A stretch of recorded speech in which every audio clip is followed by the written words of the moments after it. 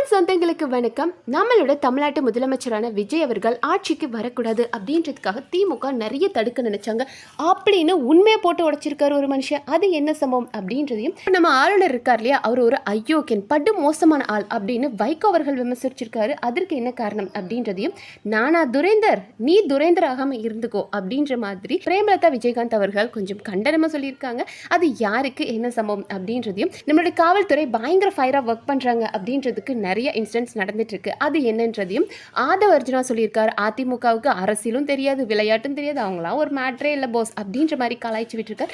அது என்ன சம்பவம் அப்படின்ற எல்லாத்தையும் தான் இன்னைக்கு வீடியோல பார்க்க போறோம். ஸோ ஃபர்ஸ்ட் நியூஸ் என்ன அப்படின்னு பார்த்தோம்னா, நம்மளோட வைகோ அவர்கள் என்ன சொல்லியிருக்காருன்னா, இவர் பட்டு அயோக்கியத்தனம் பண்ணிட்டு இருக்காரு. நம்மளோட ஆளுநர் அர்லேக்கர் வந்து ரொம்ப மோசமானவர், முன்னாடி இருந்த RN ரவியை விட இவர் ரொம்ப மோசமானவர் நான் சொல்றேன் அப்படின்னு மாதிரி விமர்சிச்சிருக்காரு. அண்ட் அது மட்டும் இல்லாமல் கம்யூனிஸ்ட் கட்சிகளும் சரி அவர் மேலே எதிர்ப்பு தெரிவிச்சிட்டு இருக்காங்க. அதற்கு என்ன காரணம் அப்படின்னு பார்த்தோம்னா, ஆளுநர் மாளிகையில் ஒரு விழா நடந்திருக்கு. அந்த விழாவில் திருவள்ளுவருக்கு காவி உடை அணிஞ்சிருக்காங்க. ஸோ இதை வந்து நம்ம பல நாட்களாக இப்போ வந்து திருவள்ளுவருக்கு வெள்ளை உடையில தான் பார்த்துட்டு இருக்கோம். அப்போ ஏன் காவி உடை அணிஞ்சிருக்காங்க? திருவள்ளுவர் ஒரு சனாதனி அப்படின்னு அவரை வந்து ஒரு மதத்தில் அடைக்க பார்க்குறாங்க. திருவள்ளுவர் எல்லாருக்கும் பொதுமானவர், அவர் ஒரு பொது கருத்துக்களை சொல்றவர். அவரை போய் இப்படி இவங்க பண்ணுறது தப்பு அப்படின்ற மாதிரி கம்யூனிஸ்ட் கட்சிகளாகட்டும் இல்லை வன்னி அரசு எல்லாருமே ரொம்ப பெரிய எதிர்ப்பு தெரிவிச்சிருக்காங்க. ஆளுநர் மன்னிப்பு கேட்கணும் அப்படின்னு இருக்காங்க. எப்போதுமே தமிழ்நாட்டுக்கும் ஆளுநருக்கும் ஆகவே ஆகாது.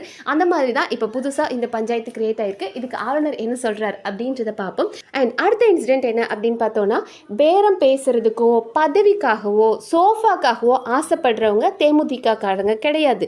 நாங்கள் என்னமோ சின்னதாக தான் ஒரு இடத்துல வெற்றி பெற்றிருக்கோம். ஏன்னா நம்மளோட தேமுதிகக்கு 10 சீட் கொடுக்கப்பட்டது. அதில் ஒரு சீட் நம்மளோட பிரேமலதா விஜயகாந்த் அவர்கள் மட்டும்தான் ஜெயிச்சிருக்காங்களே. அதுதான் என்ன சொல்றாங்கன்னா, நாங்கள் வென்றது சின்னதாக இருக்கலாம், ஆனால் நாங்கள் பயணித்த கட்சிக்கு அங்கே நாங்கள் விசுவாசமாக இருக்கோம், தர்மத்தோடு இருக்கோம் அப்படின்னு இருக்காங்க.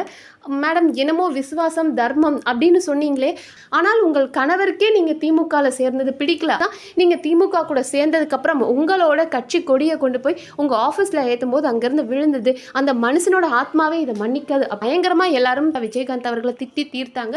ஏன்னா இவர் விஜயகாந்த் அவர்கள் தோற்கடிச்சதுக்கு ஒரு பெரிய காரணமாக டிஎம்கேவை தான் பார்க்குறாங்க பலரும். அப்படி இருக்கும்போது நீங்கள் எப்படி அவங்க கூட போய் சேர்ந்துங்க? உங்கள் கணவருக்கே நீங்கள் துரோகம் பண்ணியிருக்கீங்க அப்படின்றாங்க. பட் இவங்க என்ன சொல்கிறாங்கன்னா, நாங்கள் பயணித்த கட்சிக்கு நாங்கள் விசுவாசமாக இருப்போம், டிஎம்கே கூட சேர்ந்து நாங்கள் அவர் தர்மத்தோடு நாங்கள் இருக்கிறோம். ஆனால் நான் கேட்டா, அதாவது பிரேமலதா அவர்கள் கேட்டாங்கன்னா விஜய் வந்து துணை முதலமைச்சர் பதவியே தருவாங்களாம். எங்க மறுக்கா சொல்லு அப்படின் போது துணை முதலமைச்சர் பதவியே எனக்காக கொடுப்பாங்க. ஆனால் நான் அப்படி பண்ண மாட்டேன், எனக்கு விசுவாசம் தான் முக்கியம் அப்படின்ற மாதிரி சொல்லியிருக்காங்க. அண்ட் அது மட்டும் இல்லாமல் ஆதவ அர்ஜுனா வந்து ஒரு தடவை சொன்னார், தேர்தலுக்கு முன்னாடி ஒரு கூட்டம் நடந்தது. அதில் பிரேமலதா அவர்கள் என்ன சொல்லியிருப்பாங்க அப்படின்னா, தமிழ்நாட்டில் எங்கள் அண்ணன் மேலே, அதாவது நம்ம ஸ்டாலின் அவர்கள் மேலே குற்றம் சொன்னால் 2 குற்றம் தான் சொல்வீங்க. என்ன? ஒன்று சட்ட ஒழுங்கு சரியில்லைன்னுவீங்க, இன்னொன்று பாலியல் குற்றம். இந்த 2 தானே. இதை மட்டும் சரி பண்ணிட்டாருன்னா எங்கள் அண்ணன் தாங்க ஆட்சியில் எப்போதுமே அப்படின்னு சொன்னாங்க. மேடம், இந்த சட்ட ஒழுங்குன்னு சொன்னாலே அதுக்குள்ளேயே எல்லா பிரச்சனைகளும் வந்துடும். அப்புறம் பாலியல் வன்கொடுமைன்றது ரொம்ப பெரிய பிரச்சனையாக போயிட்டுருக்கு. இது 2 இருந்தால் தான் ஒரு நாடு நாசமாக போகும் போது இது 2 தான் எங்கள் பிரச்சனை, இதை எங்கள் அண்ணன் சரி பண்ணிடுவார் அப்படின்னு சொல்லும்போது பலரும் இதை ட்ரால் பண்ணாங்க. ஆதவ அர்ஜுனா ஒரு படி மேலே போய் கட்சிக்குள்ளே இருக்கிற உளவாளி அவங்க ஒரு துரைந்தர், ஒரு படம் வந்ததுல துரைந்தர் படம். ஸோ அந்த மாதிரி கட்சிக்குள்ளே இருக்கிற துரைந்தர் அப்படின்னு கலாய்ச்சிட்டாரு. அது அவங்களுக்கு ரொம்ப பெரிய வருத்தமாக இருக்குது. யாரை பார்த்து நீ துரைந்தர்ன்ற? சரி, துரைந்தர்னா என்ன? உளவாளி இல்லையா? அப்போது துரைந்தர்ன்றது ஒரு ஹிந்தி வேர்டு. ஸோ ஹிந்தி தெரியாது போடா, எனக்கு ஹிந்தி தெரியாது போடான்னு தான் நான் இதுக்கு பதில் சொல்லுவேன். நான் துரேந்திரா இருந்தால் பரவாயில்ல, நீ இன்னும் கொஞ்சம் நாளில் துரேந்திரா மாறாமல் இருந்தால் சரிதான் அப்படின்ற மாதிரி அவங்க கலாய்ச்சிருக்காங்களா. ஏன் நாங்கள் உண்மையெல்லாம் பேசக்கூடாதா? நான் உண்மையை பேசினதுக்கு கூட அவங்க எங்கள் அண்ணன் ஸ்டாலின் அவர்களாகட்டும் இல்லை மற்றவங்களே கூட பெருமனசோடு அதை ஏற்றுக்கிறாங்க. உங்களுக்கு என்ன அப்படின்னு. அப்போ உங்களுக்கே தெரியுது அது ஒரு பெரிய பிரச்சனை அப்படின்றது தெரியுது. அவங்க அதை பெருசாக கண்டுக்கல, பெருமனசோடு உங்களை விட்டுட்டாங்க அப்படின்றீங்க. தமிழ்நாடு எப்படி போயிட்டுருக்குன்னு. ஸோ உங்களுக்கே பல உண்மைகள் தெரியுது, தெரிஞ்சும் தான் அந்த கூட்டணியில் இருந்துட்டு நாங்கள் விசுவாசமாக இருக்கோம் அப்படின்றீங்க. அண்ட் அதுக்கு மேலே ஒரு படி போய் எனக்கு துணை முதலமைச்சரே கொடுப்பாரு. என்ன ஒரு தைரியம் பாருங்களேன். பிரேமலதா அவர்களுக்கு 10 சீட் எனக்கு வேணும் அப்படின்னு சொல்லி தேர்தல் டைமில் சண்டை போட்டு 10 சீட் வாங்கினாங்க. ஒரு சீட்டு ஜெயிச்சாங்க. ஒரு சீட்டை வச்சுட்டு எனக்கு துணை முதலமைச்சர் வேணும்னு நான் கேட்டால் கூட விஜய் கொடுப்பாரு அப்படின்றாங்க பாருங்களேன்.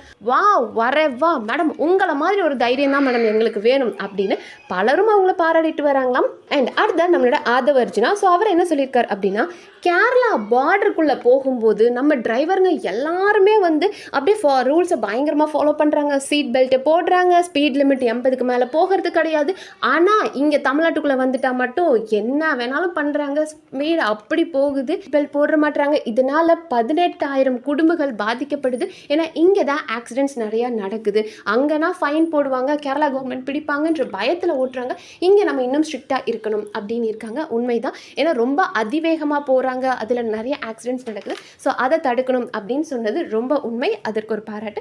ஆனால் நம்மளோட ஆதவ அர்ஜுனா இன்னொரு விஷயமும் சொல்லியிருந்தாரு. அதாவது விவசாயத்தை விட விளையாட்டு ரொம்ப கஷ்டம். ஏன்னா விளையாட்டுல திடீர்னு ஏற சொல்லுவாங்க, குதிக்க சொல்லுவாங்க, மலை மேலே ஏற சொல்லுவாங்க, ஒருத்தர் எவ்வளோ நேரம் கிரவுண்டில் நின்று ப்ராக்டிஸ் பண்ணணும், இதெல்லாம் விவசாயத்தை விட ரொம்ப கஷ்டம் அப்படின்ட்டாரு. நீங்கள் சார் உங்களுக்கு விவசாயத்தை பற்றி தெரியாது, அப்போது நீங்கள் அதை பற்றி பேசக்கூடாது.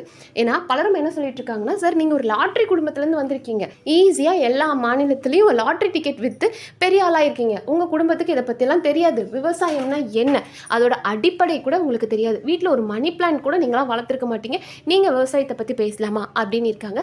ஸோ ஆதவ அர்ஜுனா அப்பப்போ இந்த மாதிரி நிறைய லூஸ் டாக்ஸ் விடுறாரு. அண்ட் அது மட்டும் இல்லாமல் அதிமுகவை என்ன சொல்லியிருக்கார் அப்படின்னா, அவங்களுக்குலாம் விளையாட்டும் தெரியாது, அரசியலும் தெரியாது, அவங்கள போய் எதுக்கு பேசிக்கிட்டு அப்படின்னு. ஏன்னா நிருபர் ஒருங்க என்ன கேட்டிருக்காங்க அப்படின்னா, சார் நீங்கள் பேஸ்கெட் பால் ஃபெடரேஷன் பிரசிடென்ட்டாகவும் இருக்கீங்க, அமைச்சராகவும் இருக்கீங்க, ஒருத்தருக்கு இப்படி 2 பதவி கொடுக்கலாமா சார் அப்படின் போது, அதெல்லாம் ஒன்றும் ரூல்ஸ் இல்லைங்க, நான் பிரசிடெண்ட்டாக இருந்தாலும் அமைச்சராக இருந்தாலும் அதெல்லாம் ஒரு தப்பும் கிடையாது, அவங்களுக்குலாம் ஒன்றும் தெரியாது, அரசியலும் தெரியாது, விளையாட்டும் தெரியாது அப்படின்ற மாதிரி அவர் வந்து பேசியிருக்காரு. ஸோ ஆதவ அர்ஜுனா பேச்சில் எப்போவுமே ஒரு திமிரு தெரியுது அப்படின்ற மாதிரி மக்கள் கொஞ்சம் அவர் மேலே ஒரு அதிருப்தியில் பார்க்குறாங்க.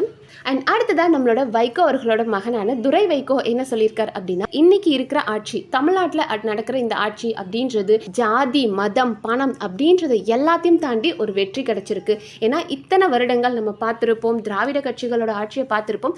ஆனால் இந்த தடவை வந்து எல்லாத்துக்கும் தாண்டி, ஏன்னா எப்பவுமே திராவிட கட்சிகள் ஒரு சில கூட்டணியை வச்சிருப்பாங்க.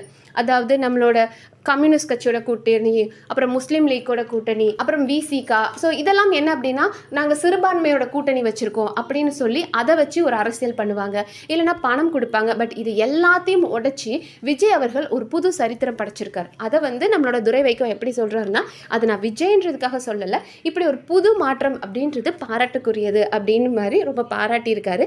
ஆனால் இதுக்கு பலரும் என்ன சார் இப்போவே துண்டு போட்டு வைக்கிறீங்களா அப்படின்னு கேட்டுட்டு இருக்காங்க. அண்ட் அது மட்டும் இல்லாமல் குளத்தூர் தொகுதியில் டிஎம்கே ஜெயிக்கவே முடியாதுன்னு எங்களுக்கு தெரியும், நாங்களும் சொன்னோம், ஆனால் அதை கேட்காம ஸ்டாலின் அங்கே போய் நின்று தோத்துட்டாரு அப்படின்னு ஐயுஎம்எலோட தலைவர் கூறியிருக்காரு. அண்ட் அது மட்டும் இல்லாமல் அவர்கள் முதலமைச்சர் ஆகக்கூடாதுன்றதுக்காக திமுக எவ்வளவோ தடுத்தது, அவரோட ஆட்சிக்கு வரக்கூடாதுன்றதுக்காக. ஆனால் அவருக்கு நாங்கள் ஆதரவு கொடுக்கக்கூடாதுன்னு நிறைய பண்ணாங்க, அதையும் மீறி நாங்கள் அவருக்கு ஆதரவு கொடுத்துருக்கோம். ஒரு புதிய மாற்றம் வேணும், மக்கள் அவங்களுக்கு ஓட்டு போட்டிருக்காங்க, அப்போ அந்த மாற்றத்துக்காக நாம் ஹெல்ப் பண்ணணுன்றதுக்காக தான் நாங்கள் விஜய் கூட கூட்டணி வச்சுருக்கோம் அப்படின்ற மாதிரி பேசியிருக்காரு. ஸோ காதர் மொய்தீன் அவர்களோட இந்த பேச்சு அப்படின்றது ரொம்ப பரபரப்பை ஏற்படுத்தியிருக்கு. ஏன்னா டிஎம்கேவோட நம்ம ஸ்டாலின் அவர்கள் என்ன சொன்னார், புதுசாக ஒரு அரசு அமையட்டும், நாங்கள் அதுக்கு எந்த இடத்துலையும் இடையூறாக இருக்க மாட்டோம் அப்படின்னு ட்விட் மட்டும் போட்டுட்டு உள்ள கூட்டணி கட்சிகளை வந்து இந்த மாதிரி சேர விடக்கூடாது, விஜய்க்கு யாரும் சப்போர்ட் கொடுக்கக்கூடாது அப்படின்ற மாதிரி ஆட்சி அமையக்கூடாதுன்னு இதெல்லாம் பண்ணாங்களா அப்படின்ற மாதிரி ஒரு கேள்வி வந்திருக்கு. அண்ட் அடுத்த நியூஸ் பார்த்தோம் அப்படின்னா, திருச்சியில் பஞ்சப்பூர் அப்படின்ற பஸ் ஸ்டாண்டில் 6 மாத கை குழந்தை அப்படின்றது காணாமல் போயிருக்கு. கை குழந்தைய 24 மணி நேரத்துக்குள்ள போலீஸ் கண்டுபிடிச்சு அவங்க பேரண்ட்ஸ் கிட்டே கொடுத்துருக்காங்க. அண்ட் இந்த குழந்தைய பார்த்தோம் அப்படின்னா மயிலாடுதுறை தம்பதிகளுக்கு விற்க பார்த்துருக்காங்க. ஸோ இதை வந்து 4 பேர் இந்த வேலையை செஞ்சுருக்காங்க. 6 மாத கை குழந்தைய பஸ் ஸ்டாண்ட்லேருந்து கடத்திட்டு போய் இன்னொரு தம்பதிகளுக்கு விற்க பார்த்துருக்காங்க. கம்ப்ளைண்ட் வந்த உடனே போலீஸ் சிவியர் ஆக்ஷன் எடுத்து உடனே கண்டுபிடிச்சு கை குழந்தைய கொடுத்தது அப்படின்றது ரொம்ப பாராட்டுக்குரிய விஷயமா இருக்கு. ஸோ இந்த மாற்றத்தை தான் நம்மளும் எதிர்பார்த்தோம். ஸோ இது ரொம்ப பெரிய பாராட்டுக்குரிய விஷயம். ஸோ அந்த காவலர்களுக்கு நம்ம மனமார்ந்த பாராட்டுக்களை சொல்லணும். அண்ட் அது மட்டும் இல்லாமல் இப்போலாம் வந்து மக்கள் ரொம்ப வந்து பொங்க ஆரம்பிச்சிட்டாங்களோ அப்படின்ற மாதிரி தோணுது. ஏன்னா நம்மளோட சேலம் கவர்மெண்ட் ஹாஸ்பிட்டலில் பார்த்தோம் அப்படின்னா அங்கே ஃபேன் சரியாக ஒர்க் பண்ண மாட்டேங்குது, வெயிட்டிங் ஹாலில் ஃபேன் வேலை செய்யலை, ப்ராப்ளத்தை சொல்கிறதுக்காக ஒரு நபர் வந்திருக்காரு. ஸோ அமைச்சர் பார்த்திபன் அங்கே இருந்திருக்கார். அவர் கூட இருந்தவர் இருந்துட்டு இதெல்லாம் சொல்லாதீங்க, போங்க போங்க அப்படின்னு தள்ளி விட்டாராம். ஸோ இந்த நபருக்கு ரொம்ப கோவம் வந்துருச்சு. எங்க ஒரு பிரச்சனை அப்படின்னா நாங்கள் சொல்லக்கூடாதா, அமைச்சர்கிட்ட நாங்கள் பேசக்கூடாதா அப்படின்றாரு. அப்போ அமைச்சரே இருந்துட்டு சரி சார் நான் பண்ணுறேன் சார் அப்படின் போது, இங்கே பாருங்கள் சார், நீங்கள் நல்லா தான் பண்ணுறீங்க, ஆனால் உங்கள் கூட இருக்கிறவனுங்களாம் பாருங்க இப்படி மேலே கை வைக்கிறாங்க, இதனால தான் சார் உங்களுக்கு கெட்ட பேர் வருது, இவனை மாதிரி ஆளெல்லாம் பார்த்துக்கோங்க சார் அப்படின்னு சொல்லி பயங்கரமாக பொங்க ஆரம்பிச்சிட்டாரு. அதாவது மக்கள் எதிர்த்து நிறைய பேச ஆரம்பிச்சிட்டாங்க. எப்போதுமே முதல்லலாம் ஆட்சியில் இருக்கவங்கள பார்த்தா நம்ம அமைதியாக போவோம், பட் இப்போ ஆட்சியில் இருக்கவங்கள கேள்வி கேட்குறோம் அண்ட் ஒரு படி எக்ஸ்ட்ரா போய் இப்போ மிரட்டவும் ஆரம்பிச்சிட்டாங்களோ அப்படின்ற மாதிரி இருக்கு. பட் எனிவேஸ் இந்த மாற்றம் மக்களுக்கு ஒரு புது நம்பிக்கையை கொடுத்துருக்குன்றதான் உண்மை. அடுத்த நியூஸ் பார்த்தோம் அப்படின்னா ஜூன் 1ஆம் தேதி நாளைக்கு வந்து திருச்சிக்கு போறாரு நம்ம முதலமைச்சர் விஜய் அவர்கள். அவர் வெற்றி பெற்ற இடத்துக்கு வந்து மக்களுக்கு நன்றி சொல்றதுக்காக போறாரு. ஆனால் அங்கே வந்துட்டு 5000 பேருக்கு மேலே வரக்கூடாது, அவங்களுக்குள்ள வந்து டோக்கன் கொடுத்துருக்காங்களாம். 5000 பேருக்கு மேலே அங்கே டோக்கன் கிடையாது அண்ட் QR கோட் வச்சிருக்கவங்க மட்டும்தான் உள்ள அனுமதிக்கப்படுவார்களாம். இது எதற்காக அப்படின்னா கூட்ட நெரிசலை கட்டுப்படுத்தணும் அப்படின்றதுக்காக. அண்ட் அது மட்டும் இல்லாமல் வயதானவங்க, கர்ப்பிணி பெண்கள் வராதிங்க அப்படின்றதையும் தாழ்மை வேண்டுகோள் கொடுத்துருக்காங்க. ஸோ கூட்டம் ஜாஸ்தியாகவும் வராதிங்க, வர்றவங்க இந்த மாதிரி கை குழந்தை வச்சிருக்கவங்களோ யாரும் வந்து அவஸ்தைப்படாதீங்க அப்படின்னு இருக்காங்க. ஸோ விஜய் அவர்களை பார்க்கணும் அப்படின்றது எல்லாருக்குமே ஒரு எதிர்பார்ப்பு இருக்குது. ஆனால் அவரை பார்க்க போகிறேன் அப்படின்ற பேரில் உங்களுக்கு எந்த ஒரு பிரச்சனையும் வராமல் பார்த்துக்கோங்க, அதுதான் ரொம்ப முக்கியமான விஷயம். அவங்களும் அதை தான் எதிர்பார்க்குறாங்க. ஸோ இப்படி இன்னைக்கு அரசியல் சூழ்நிலை எப்படி இருக்குன்றதை பார்த்துட்டோம். நாளைக்கு வேறு புது புது நிகழ்வுகள் வரும், அது என்ன அப்படின்றத பார்க்க நம்ம சேனலை சப்ஸ்கிரைப் பண்ணி சப்போர்ட் பண்ணுங்கள். நன்றி.